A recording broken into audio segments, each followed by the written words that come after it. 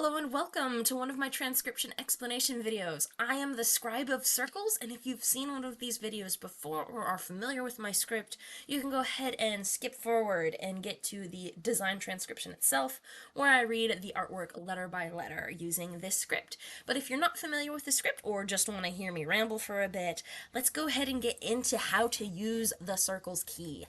So, this is set up in a grid. You'll notice we have rows and we have columns.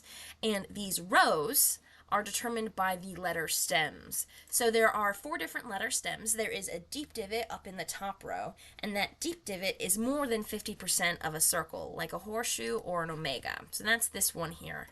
And then there's a shallow divot stem in the 3rd row down here, and that shallow divot is like a bite taken out of a cookie, 50% or less of a circle. Then we have our completed circle stems in the 2nd row and in the bottom row. And this 2nd row stem is a completed circle, but it's inside the word circle.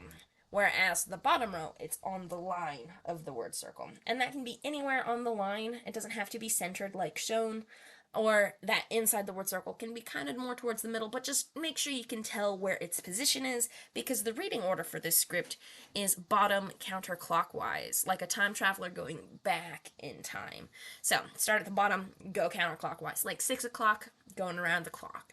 So, that is the reading order and the letter stems. Now that is how you get in the rows. Now to get the columns, we have dot modifiers and we have line modifiers.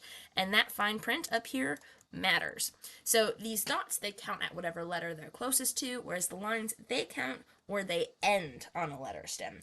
So where they connect and stop on the letter stem, which is again that black bit of our letters, so things are color-coded. This blue one is the word circle, the black line is the letter stem. So if a line were to end on that letter stem, it would count for a line modifier, but if it goes through the letter stem, it doesn't count. So this line going through the letter stem doesn't count on the letter stem, but it does count on the vowel. So let's go down and talk about vowels now that we've talked about the dot modifiers, line modifiers, and letter stems. Vowels are these little guys, and they look similar to dot modifiers. The biggest difference being dot modifiers are filled in, or vowels, they're open in the middle. So an A is outside the word circle, and it is the only thing entirely outside the word circle. Everything else is somewhat touching or connected or inside the word circle. And our centered vowels, the I's, E's, and U's, are centered either on the line of the word circle, or they are inside the word circle, but they're centered inside the consonant stem. So that's what this shows. This shows what a B stem would be with a vowel on it, an O, an E, or an A. Or this would be a J stem with the O, the E, and the A, so on and so forth. And then the difference between the I's and the U's are these lines. So this green line going towards the center of the word circle is what makes an I an I. A U has a line going away from the center of the word circle. So if this is the word circle, the I goes towards it, the U goes away from it, and similarly here, I, U. And that's relative to the word circle. So, not the sentence circle or anything else. It's relative to the word circle. So, sentence circle. Sometimes you can put a sentence circle around your word circle if you so choose, especially if you have punctuation, because that is where the punctuation marks go. They're all noted here. And a sentence circle, it can have these decorative divots to kind of fill an empty space between words, so long as you can tell that, you have a sentence circle with a word circle. You could sneak in a secret word in the sentence circle if you wanted, but that is generally, not something you would expect people to read. And then there's this start marker, which is optional. If you have the reading order in the typical bottom counterclockwise fashion on a design that will be oriented bottom with a top and a bottom, you don't need your start marker. You can put that there if it's something that'll spin, like a sticker, or if it's something that will, have multiple kind of start places. If you're writing a poem or something, you can use the start marker as a bit of a roadmap. I tend to not use a start marker when possible because most of my designs are used as tattoos, which there's a person attached to a tattoo and they'll tell you where to start and which direction is up or down. So yeah, the last bit is this letter stacking junk. stack. And this is complicated. This makes a lot more sense in practice, and if I use letter stacking in the design, I'll go more into this in the specific design.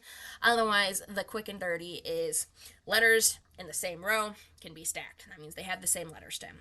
You read thin to thick, and same thickness means same letter. So you don't need to double up the modifiers. If you have like a double L, you don't need 6 dots, because an L has 3 dots. It's just you have 2 of the same completed circle, like a double circle.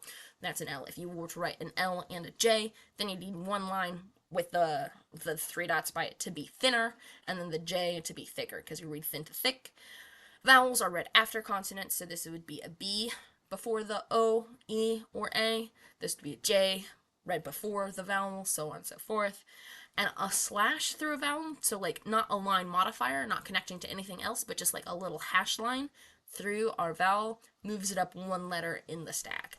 So that is letter stacking, and letter stacking is tricky. If you'd like to learn more about letter stacking, you can read the full guide document here, or you can see the video tutorial here, and I go more in depth as far as the different ways different things can look in that video tutorial. And if you're more interested about the history and development of the script, these are the presentation slides me and Lauren give at panels at conventions and stuff, where we talk about the history and development of the script, as well as its use on Doctor Who.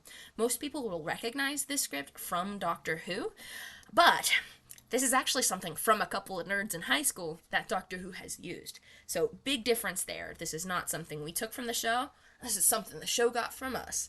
So it's free for anybody to use, even commercially, so the show didn't step on our toes or anything. It's just really cool to say that, yeah, our silly little circle language is what the BBC has used to represent circular Gallifreyan, the language of the Time Lords on Doctor Who. But that being said, it's not official or canon. It is just, something some nerds made that the show has used, which is a big deal. But I mean, the show's also used like dinosaurs. Dinosaurs are cool. They're not a thing from Doctor Who. They're a thing that Doctor Who has used. So yeah, this Sirkles script is what the Doctor Who show has used as Gallifreyan. So yeah, that's the legalese, the technical history and stuff. There's screenshots and stuff in the presentation. If you're interested, just check that out. And then I have, of course, some useful contact and links. That's my email. Feel free to email me with questions. Then shermansplanet.com is Lauren's main site, where there's more information about what they've been doing, as well as information on Gallifreyan there. And then, of course, my Etsy, where I have all of the different options as far as custom stuff I can make for you with the Sirkles. So yeah, let's go ahead and get into the design transcription for the specific design of this video. See ya in a bit. This design is a simple circular design, well, a regular circular design. I added a bit of flair with the different line thicknesses and the dots doing some cool stuff. And it says Timelord. So you start reading at the bottom and you go counterclockwise, like a time traveler going back in time.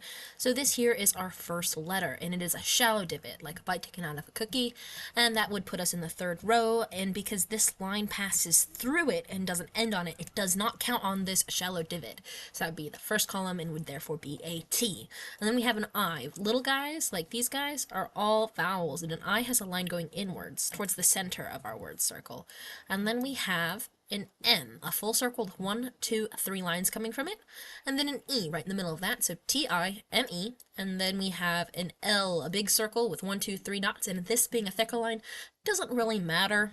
It adds a little bit of emphasis, I guess, on the letter, just visually, but anyway, L, and then an O like a bead on a string, and then we have another shallow divot like this one, but this one has 1, 2, 3 dots on it like the L. So that would be an R, because it's in the same column as the L, but it's in the same row as the T. And then last but not least, we have a deep divot, so like an omega or a horseshoe. It goes more than 50% of the way around of a circle, and it has 1, 2, 3 dots, making it a D. So we have T-I-M-E-L-O-R-D. Time Lord.